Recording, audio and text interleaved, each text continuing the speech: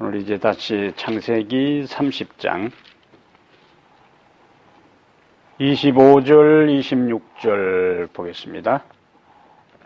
창세기 30장 25절, 26절. 라헬이 요셉을 낳았을 때에 야곱이 라반에게 이르되 나를 보내어 내 고향 나의 땅으로 가게 하시되 내가 외삼촌에게서 일하고 얻은 처자를 내게 주시어 나로 가게 하소서. 내가 외삼촌에게 한 일은 외삼촌이 아시나이다. 라반이 그에게 이르되 여호와께서 너로 말미암아 내게 복 주신 줄을 내가 깨달았노니 네가 나를 사랑스럽게 여기거든 그대로 있으라. 또 이르되 네 품삯을 정하라. 내가 그것을 주리라. 야곱이 그에게 이르되 내가 어떻게 외삼촌을 섬겼는지 어떻게 외삼촌의 가축을 쳤는지 외삼촌이 아시나이다. 내가 오기 전에는 외삼촌의 소유가 적더니 번성하여 때를 이루었으니 내 발이 이르는 곳마다 여호와께서 외삼촌에게 복을 주셨나이다. 그러나 나는 언제나 내 집을 세우리까. 아멘. 일단 30절까지 보겠습니다. 여기 25절부터 시작되는 장면은 야곱이 이제 11명의 아들을 갖게 될 그러한 시점에 라헬을 자기 정식 아내로 이제 맞이하기 위한 그 기한이 다 차고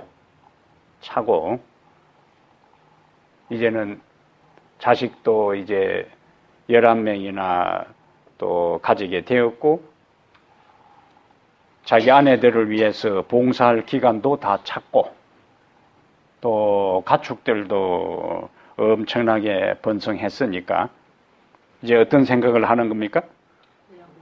이제 내 고향 땅으로 나를 보내주시오. 근데 야곱이 원래 하란에 자기 외갓집에 올 때는 이렇게 자기 삶이 번성할 줄 생각이나 했겠어요.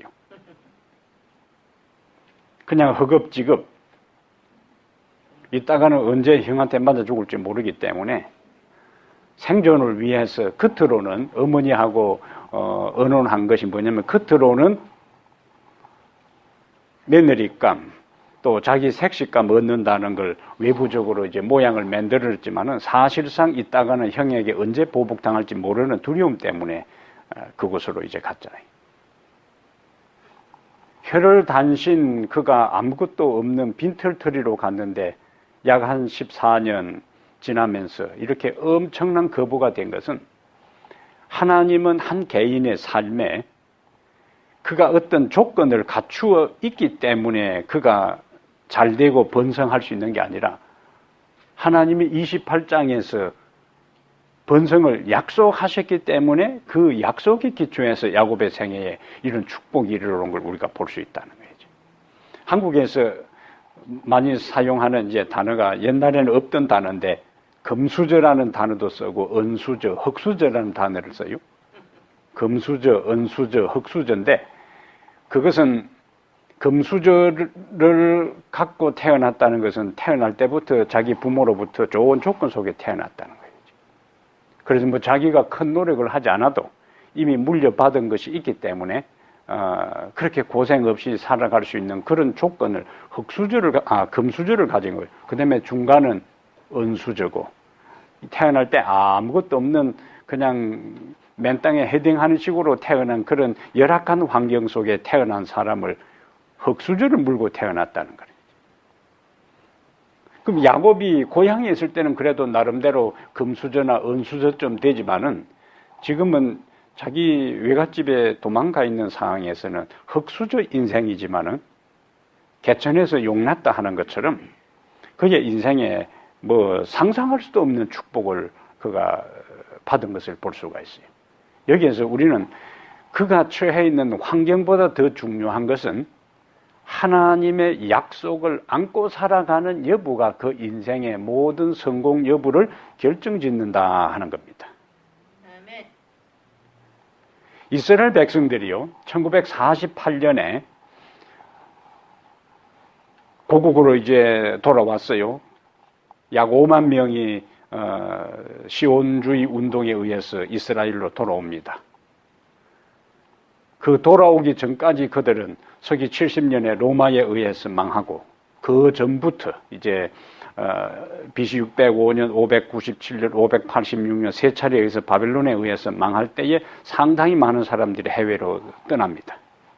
그리고 결정적으로 가장 많은 사람들이 해외로 이제 유랑의 삶을 시작한 것이 우리가 아는 대로 서기 70년에 로마에 의해서 예루살렘이 완전히 황폐화될 때에 수많은 사람들이 죽고 그 다음에 튼튼한 사람들은 로마로 다 끌려갑니다. 그리고 나머지 사람들은 생존을 위해서 해외로 다 도망을 가요. 그들이 우리나라 사람은 교포라 그러고 중국 사람들은 화교라 그러고 유대 사람들은 디아스포라라 그렇게 불러요. 그 디아스포라들이 전 세계에 흩어져서 살면서 얼마나 많은 서름을 받았는지 몰라요.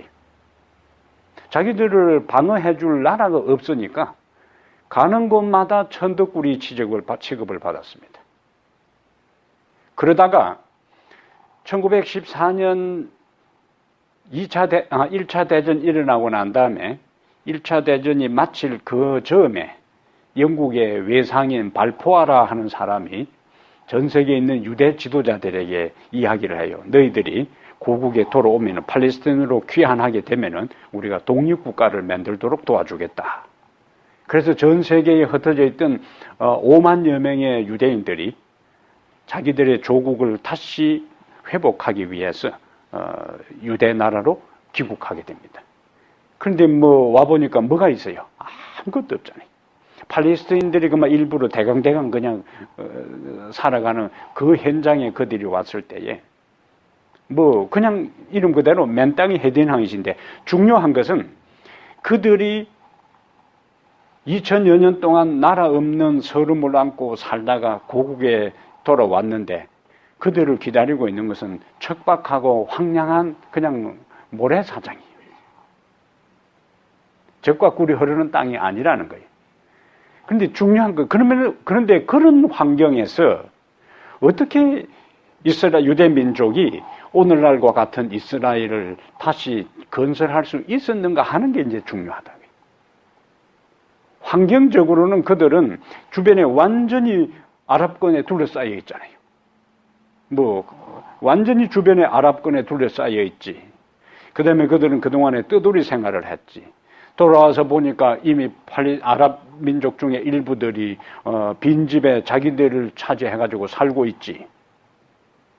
그 환경에서 그들이 새로운 나라를 건설해 나가려고 할 때에 그들의 의식 속에 그 지도자들이 백성들에게 계속 강조한 것은 우리는 하나님의 약속의 민족이라는 거예요. 이미 성경 신학적으로는 서기 70년에 로마에 의해서 망함으로 말미암아 더 이상 아브라함의 후손으로서의 특권과 축복의 모든 것들은 국가적, 민족적으로는 끝난 거예요. 그러나 그들 스스로는 아브라함을 통해 하신 약속, 이삭을 통해 하신 약속, 야곱을 통해 하신 약속이 그들에게 성취될 것이다. 그러므로 비록 지금 우리가 있는 이 땅이 모래사장이고 흙먼지일고 그 다음에 열사의 땅이라 할지라도 하나님의 약속을 믿고 우리는 새로운 나라를 건설할 수 있다 하는 그 믿음으로 똘똘 뭉친 거예요. 그래서 그들이 계속 이제 그 새로운 나라를 건설하면서 그 모래바닥을 옥토로 만들 때에 계속 서로 나누었던 말씀이 이사야 35장에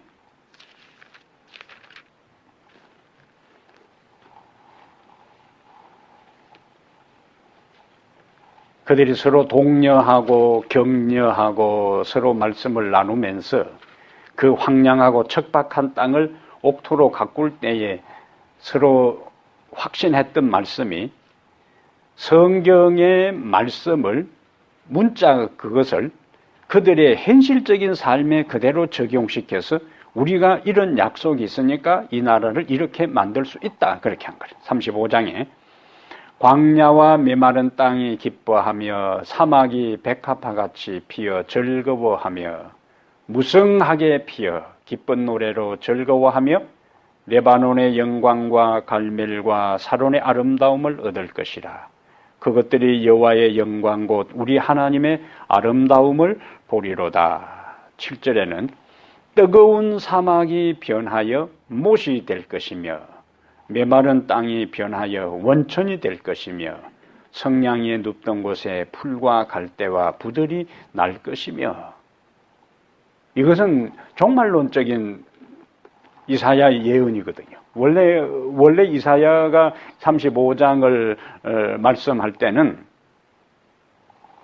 미래의 종말론적으로 이 세상이 하나님의 재창조에 의해서 새로운 세상이 될 것에 대한 예언적인 말씀인데, 유대인들은 그들이 처해 있는 그 척박하고 혹독한 환경 속에서 하나님께서 이러한 세상을 만들 수 있도록 우리에게 약속하셨다는 것으로 실제적으로 그들의 삶에다가 적용시킨 거예요. 그리고는 갈릴리 호수가 그들의 유일한 수원지인데, 그걸 그냥 농사 짓는데 사용해버리면은 사람들이 사용하는데도 부족하니까 그것을 사람들이 먹는데 사용하면서 나오는 하수 처리를 해가지고 나오는 물을 가지고 농사를 짓는 거예요. 한 방울도 안 버리고 철저하게 연구해서 그 생활용수 나오는 것을 다 모아가지고 그것을 다시 정수해가지고는 그 다음에 다 파이프를 묻어가지고 캘리포니아처럼 그렇게 농사를 짓는 거예요. 그리고 농업국가가 되잖아요.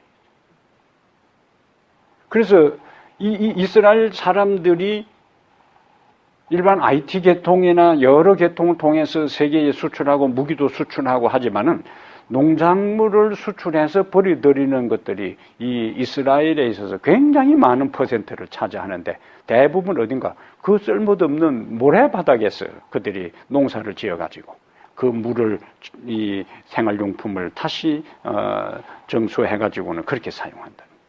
그러면 어떻게 그것이 가능했다고요? 성경에 나오는 이 모든 말씀을 자기들의 실제적인 삶에 적용시켜서 그것을 그들의 정신적인 기초로 삼고 그들의 노력의 근거로 삼고 하다 보니까 오늘과 같은 기적이 일어나더라는 거라. 덴마크가 오늘날 2012년, 2013년 이 세계 행복 지수가 가장 높은 나라가 어딘가 하는데, 덴마크가 연속해서 이제 그 1위를 차지했는데, 덴마크가 19세기 중반에 노르웨이하고 싸워가지고 상당수의 땅을 빼앗겨버리고, 그 다음에 독일하고 19세기 중반에 싸워가지고는 국토의 3분의 1을 다 뺏겼어요. 그리고 나머지 남아있는 건 아무 쓸모도 없는 황무지. 이때에 등장하는 인물이 누구냐면 그룬트비라는 인물이 등장합니다. 그래서 이 그룬트비라는 사람은 덴마크의 아버지라 불려져요. 키에르케고르라는 사람은 철학적인 사상으로 백성들을 교육하고, 이 사람은 철저한 유실론적 철학자입니다. 하나님의 존재를 인정하는 이 철학자 키에르케고르고, 그룬트비는 목사이면서 교육가이면서 사상가인데, 우리가 처해 있는 환경은 황무지밖에 없다. 그냥 나무 하나를 심어도 제대로 살 수 없는 그러한 아주 열악한 환경이지만, 우리가 여기서 새롭게 일어날 수 있는 것은 하나님을 향한 믿음과 우리 국민들이 한 마음으로 똘똘 뭉쳐서 시작하면 가능하다. 그래서 이 그룬트비가 제일 우선적으로 한 것은 국민 교육입니다. 교육. 그래서 그 황무지에 나무를 심고, 두 나무 심었다가 죽으면 네 나무를 심고, 그래서 숲을 가꾸고, 그 다음에 백성들의 정신을 계몽하고, 우리나라 박정희 대통령이 새마을 운동을 했는데 그 기본적인 모델이 덴마크의 그 농촌 계몽 운동입니다. 그 황무지에서 완전히 선진국으로 발돋움하고 진입했던 그 원리에서 한국이 60년대에 그 6.25 전쟁 이후에 힘든 시절에 70년 초부터 새마을 운동한 그 모델 나라가 덴마크예요. 그 중심에 누가 있는가? 그런 톱입니다. 그러면 덴마크가 행복지수, 범죄율이 세계에서 가장 낮고 국민들이 행복하게 살아갈 수 있는 그런 나라가 된 것은 외부적인 조건이 그들이 세계 최고의 그런 선진국으로서 될 수 있는 조건은 아무것도 없어요.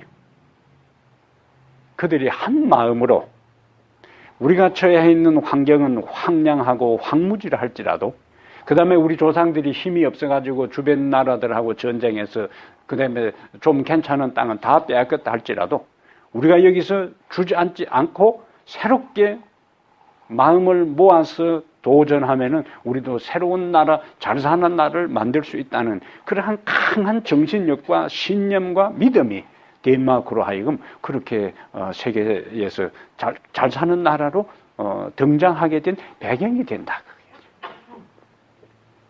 유대 나라 이스라엘이 그렇고 덴마크가 그렇고 그러니까 중요한 것은 내가 처해 있는 조건이 아무리 좋아도 정신이 제대로 되어 있지 않고 믿음이 없으면은 그 좋은 조건과 여건과 환경을 활용하지 못하는 것이고 주어진 여건과 환경은 최악의 상황이라 할지라도 하나님 안에서 절대적인 신념과 믿음을 갖고 도전하면은 하나님께서 그러한 사람들에게 축복해 주신다는 걸 우리가 역사를 통해서 볼 수가 있는 겁니다.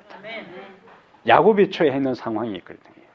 야곱이 지금 처해 있는 상황 자체는 그가 그런 축복을 누릴 수 있는 아무 조건이 없는 상황이라도 그러나 그 개인을 향한 하나님의 약속이 그로 하여금 이와 같은 놀라운 축복의 자리에 이르도록 인도한 것을 볼 수가 있습니다. 우리 교회가 처해 있는 상황이 다른 어떤 교회와 비교해서 인원수나 지역적인 위치나 교육 수준이나 생활 환경이나 이러한 것들이 열악하다 할지라도 우리들 구성원 한 사람 한 사람이 하나님 안에서 성경에 주어진 이 약속에 대한 능력에 대한 걸 확실하고 한 마음으로 연합될 때는 모든 처해 있는 환경과 상관없이 우리는 하나님 안에서 도전할 수 있고 하나님 안에서 성장할 수 있고 하나님 안에서 축복을 누릴 수 있다 하는 사실을 확신하는 것이 우리에게 절대적으로 필요한 것입니다. 네? 이 야곱이 얼마만큼 축복을 받았냐면은 나중에 야곱이 이제 집으로 돌아올 때에 그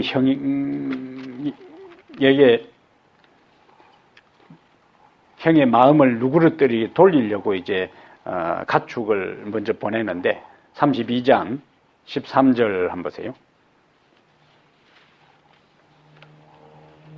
32장 13절에 야곱이 이제 야복강에 하나님께 씨름하고 기도한 다음 거기서 밤을 지내고 그 소유 중에서 그랬습니다.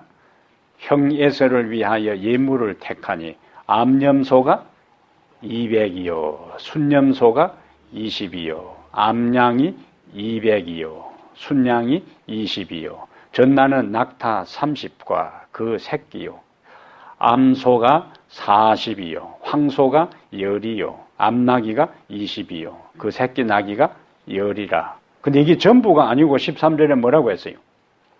그 소유 중에서 형 예서를 위하여 예물을 택하니. 그러니까 그동안에 얼마나 많이 부자가 되었느냐 그거지. 다 자기가 가진 거 다 준 것도 아니고 중에서 얼마를 형 마음을 돌리기 위해서 줬는데 이 정도예요. 고대의 부의 척도는 가축의 수가 가축이 얼마나 많은가 그것이 부의 척도니까 이 야곱은 그 짧은 기간에 거부가 된 거예요. 나중에 그가 하나님께 형의 위협으로부터 살려달라고 기도할 때 내가 지팡이 하나만 가지고 건넜다. 지팡이 하나만 가지고 갔어요. 그런데 얼마의 세월이 지난 다음에 이렇게 엄청난 거부가 된 것은 첫 번째는 하나님의 약속입니다. 28장에 하나님께서 번성하겠다고 약속하셨기 때문에 하나님은 그가 지팡이 하나만 가지고 외갓집에 도망간 상황에 있어서도 수없이 많은 우여곡절이 있었지만 하나님은 당신의 약속을 착실하게 성취시켜 나가는, 성실하게 이루어가는 모습을 보게 되는데, 우리 하나님의 약속, 하나님의 능력, 하나님의 그 보장은 세월이 흐른다고 그만 옛날에 야곱에게만 그렇게 이루어진 것이 아니라 오늘날 우리들 개인과 우리에게도 그 약속은 여전히 유효하고 그것을 여전히 신뢰하는 사람에게는 그것이 성취될 수 있다는 것을 확신하고 살아가는 사람에게는 그 약속이 우리에게 현실이 될 수 있다 하는 겁니다. 예? 현실이 될 수 있는 거예요. 그걸 안 믿는 사람은, 그래서 성경에 예수님께서 뭐라고 말씀해요? 네 믿음대로 되리라 그렇게 말씀했어요. 안 믿는 사람은 안 믿는 대로 되고 믿는 사람은 믿는 대로 되는 거예요. 그래, 어느 쪽이든지 다 되는 거예요.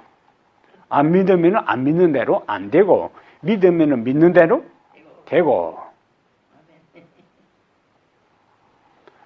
그래서 저는 이 야곱의 삶을 묵상하면서 제 개인의 삶과 이 교회가 처해 있는 상황들을 보면서 큰 용기를 얻습니다.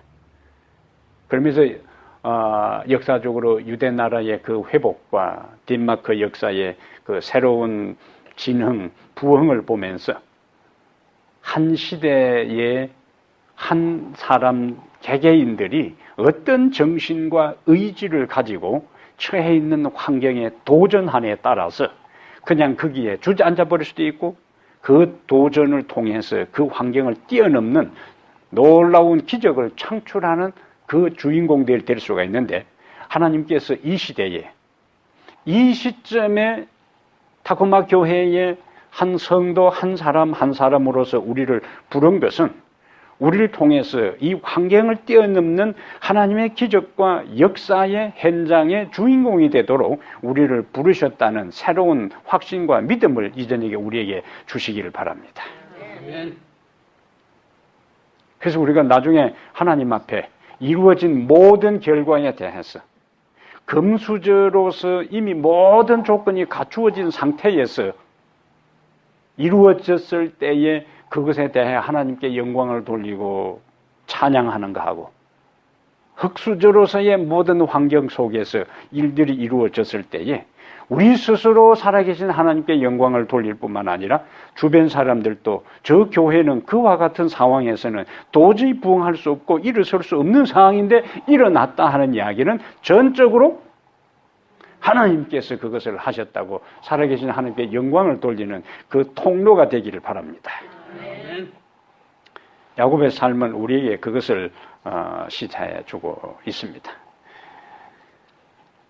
다시 우리가 30장에 가세요.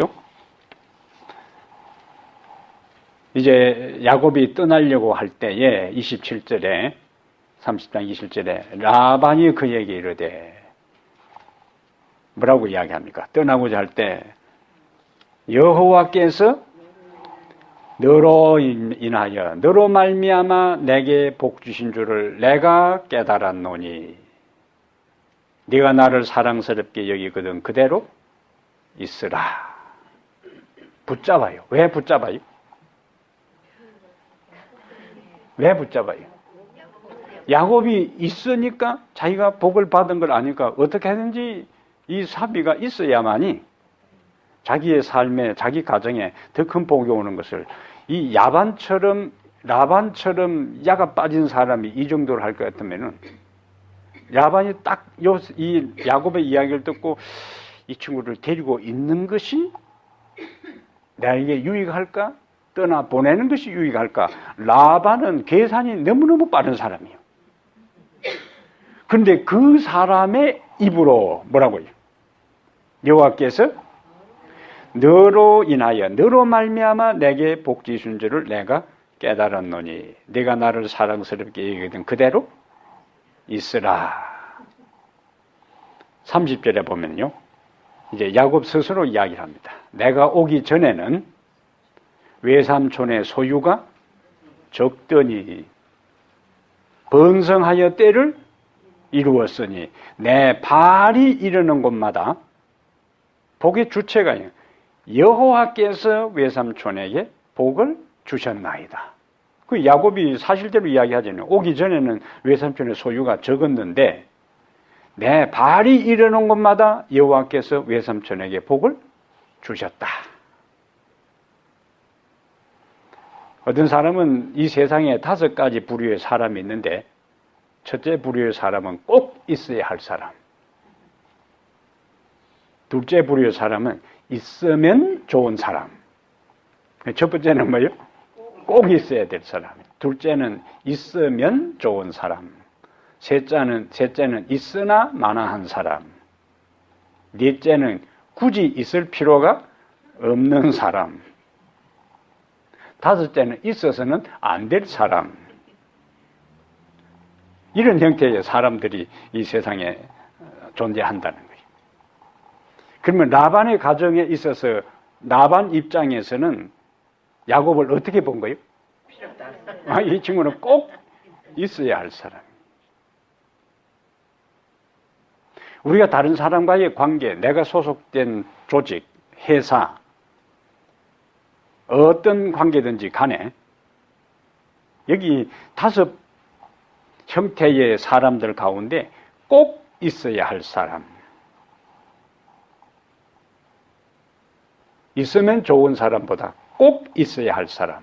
왜냐하면 야곱이 그 계산 빠른 라반의 집에서 꼭 있어야 할 사람으로. 왜냐하면 그 사람이 있음으로, 야곱이 있음으로 인해서 복이 들어오는 걸 경험했다는 거예요.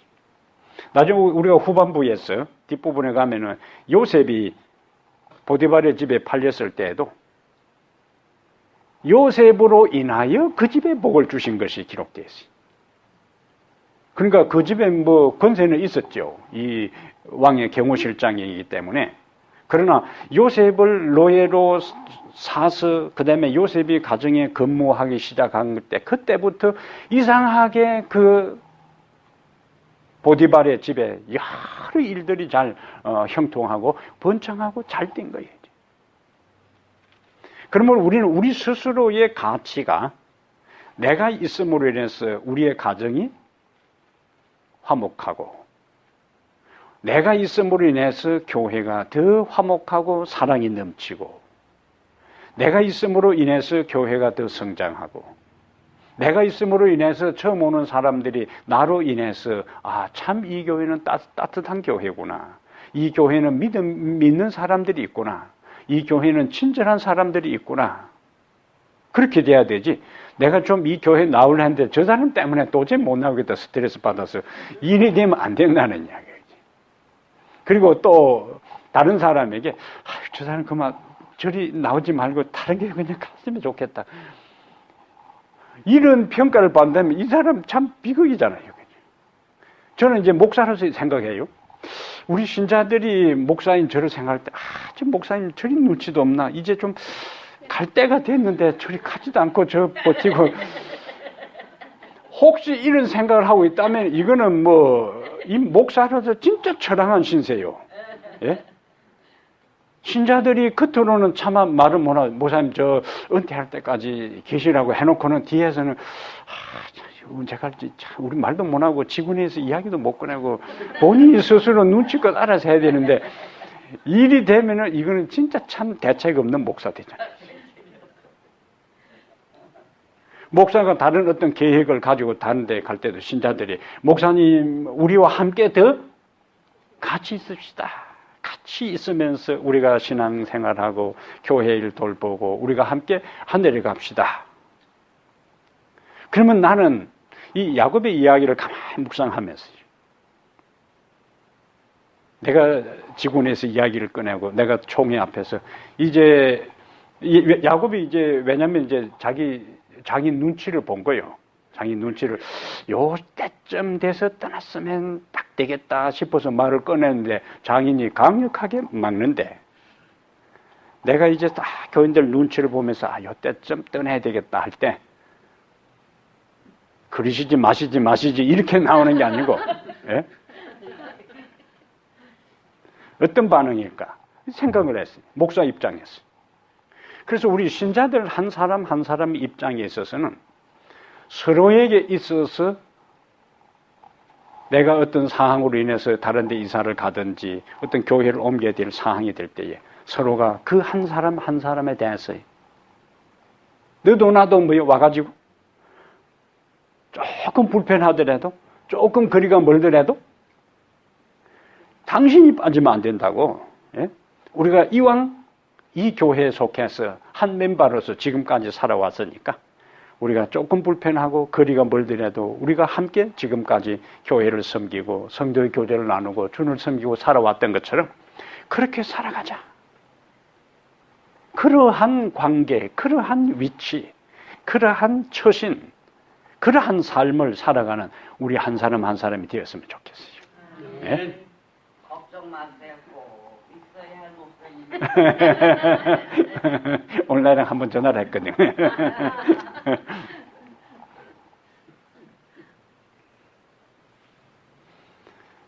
그래서 우리 한 사람 한 사람이 내가 속해 있는 삶의 현장에서 어떤 사람이요? 꼭 있어야 할 사람. 꼭 있어야 할 사람. 내가 그 현장에 있음으로 인해서 분위기가 달라지고 화목해지고 관계가 회복되고. 예를 들면 이제 어떤 몇 명이 아주 재밌게 이야기를 하는데 어떤 사람이 딱 거기에 끼이면은 그 분위기가 삽시간에 가라앉아 버리는 사람이 있어요.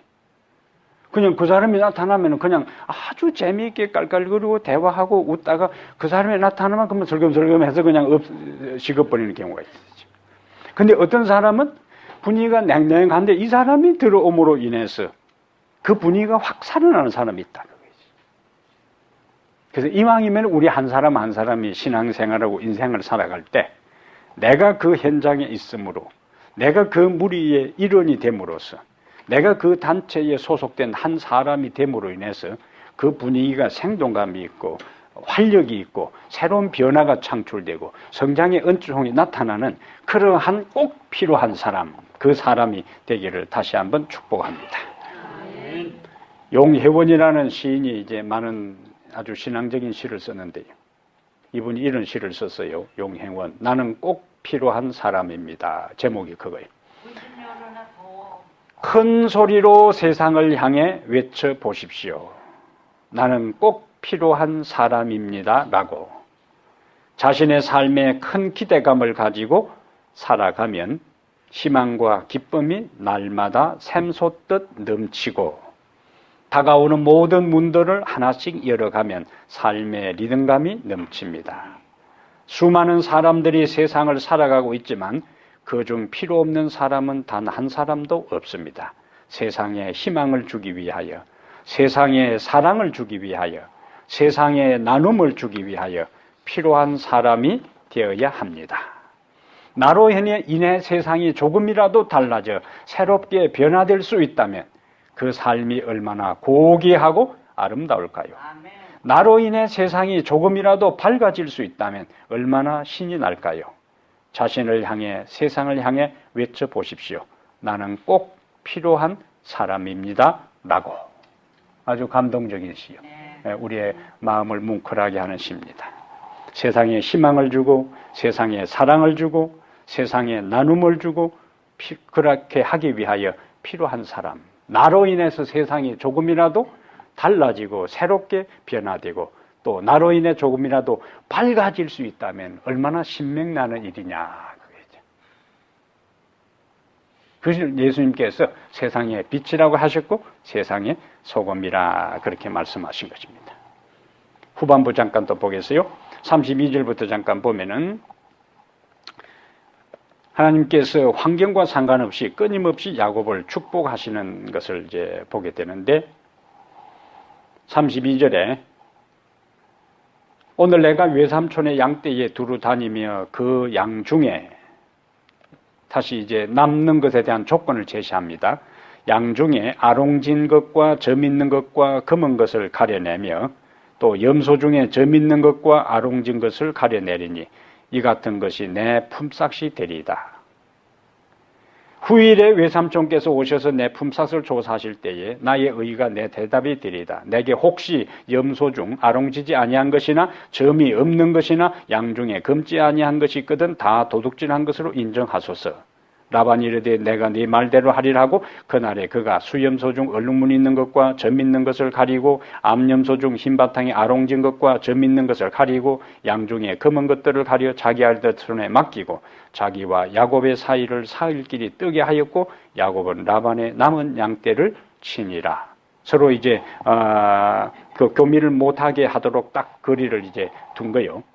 근데 야곱이 하는 짓이 참 어리석습니다. 37절에 야곱이 버드나무와 살구나무와 신풍나무 푸른 가지를 가져다가 그것들의 껍질을 벗겨 흰무늬를 내고 그 껍질 벗긴 가지를 양떼가 와서 먹는 개천의 물 구유에 세워 양떼를 향하게 하매 그 떼가 물을 먹으러 올 때에 새끼를 베니 가지 앞에서 새끼를 뱀으로 얼룩얼룩한 것과 점이 있고 아롱진 것을 낳은지라. 야곱이 새끼 양을 구분하고 그 얼룩무늬와 검은 빛 있는 것을 라반의 양과 서로 마주보게 하며 자기 양을 따로 두어 라반의 양과 섞이지 않게 하며 튼튼한 양이 새끼 뵐 때는 야곱이 개천에다가 양떼의 눈앞에 그 가지를 두어 양이 그 가지 곁에서 새끼를 베게 하고 약한 양이면 그 가지를 두지 아니하니 그렇게 함으로 약한 것은 라반의 것이 되고 튼튼한 것은 야곱의 것이 된지라. 이에 그 사람이 매우 번창하여 양떼와 노비와 낙타와 나귀가 많았더라. 성경을 이제 비판하는 사람들이 이걸 가지고 이제 비판하는 거예요. 새끼 뵈려고 할 때에 그 앞에다가 뭐 껍질을 벗겨줘 새 안 났다 해가지고 그 뭐 태어나는 새끼에 영향이 있겠어요?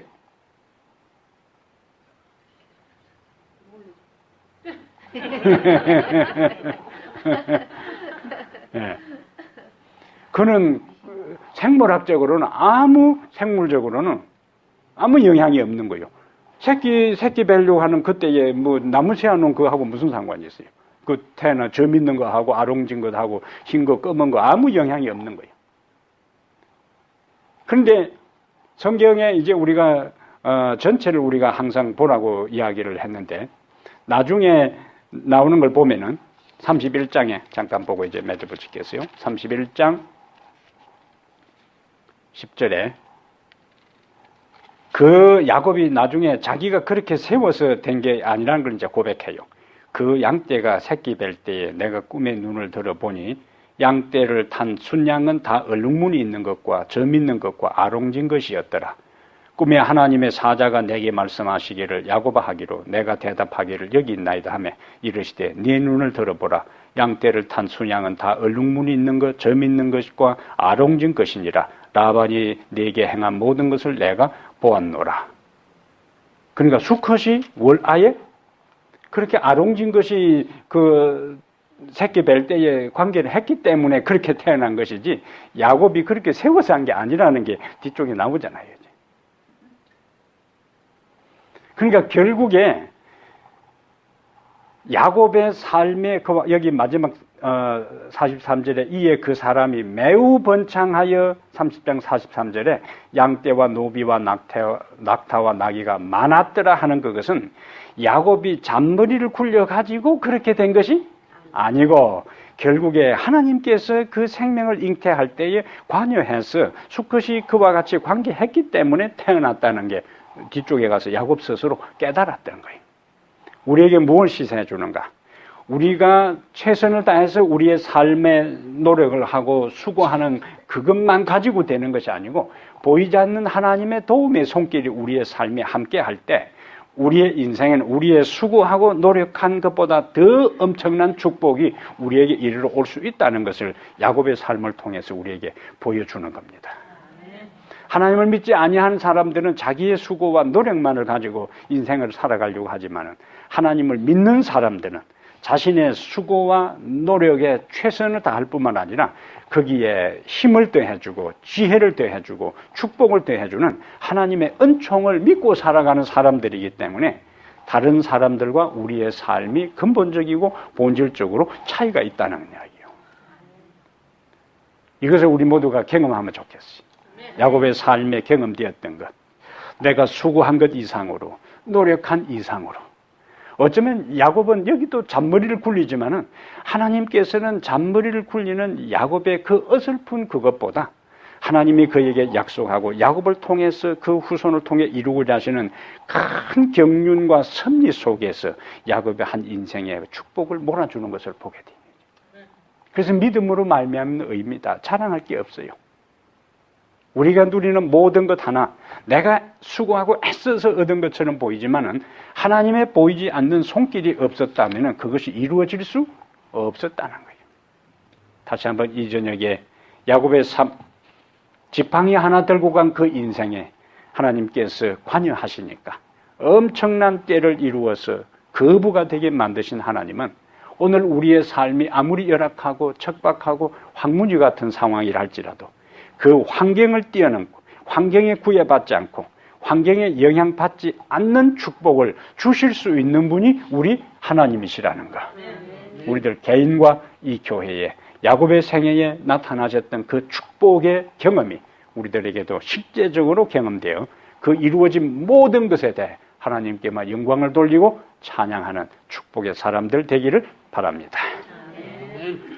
하나님 우리 아버지, 이 저녁에도 야곱의 삶 속에 나타나는 하나님의 섭리의 손길을 경험할 수 있도록 이끌어 주시고 깨우쳐 주시고 인도해 주시니 감사합니다. 우리가 처해 있는 상황이 아무리 열악하고 황무지 같은 삶의 상황이라 할지라도 야곱의 삶에 관여하시고 약속을 지키시고 상상하지도 못할 정도의 축복으로 그에게 쌓아주시고 부어주신 하나님, 우리의 삶에 그와 같은 은총과 은혜를 허락하여 주시옵소서.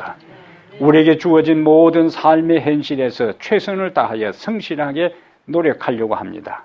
그러나 그 노력과 수고만이 아니라 그 노력과 수고에 배가 되는 하늘의 은총을 저희들이 경험하여 이루어진 그 모든 일, 성취된 모든 일, 달성한 그 모든 것에 대해 이 모든 것은 하나님이 하셨고 하나님이 이루셨고 하나님이 축복 주셨다고 우리의 심령을 다하여 주님을 찬양하기를 원합니다.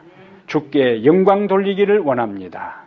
우리 교회가 처해 있는 여러 가지 조건들이 금수저와 같은 상황이 아니라 흙수저와 같은 상황이라도 이것으로 인하여 주눅들지 않게 하시고 기죽지 않게 하시며 환경을 탓하지 않게 하시고 우리의 마음을 한 마음으로 모아 믿음으로 주의 능력을 간구하며 성령의 능력 의지하여 주어진 우리의 현장에서 최선을 다하는 저희들 모두 되게 해 주시옵소서.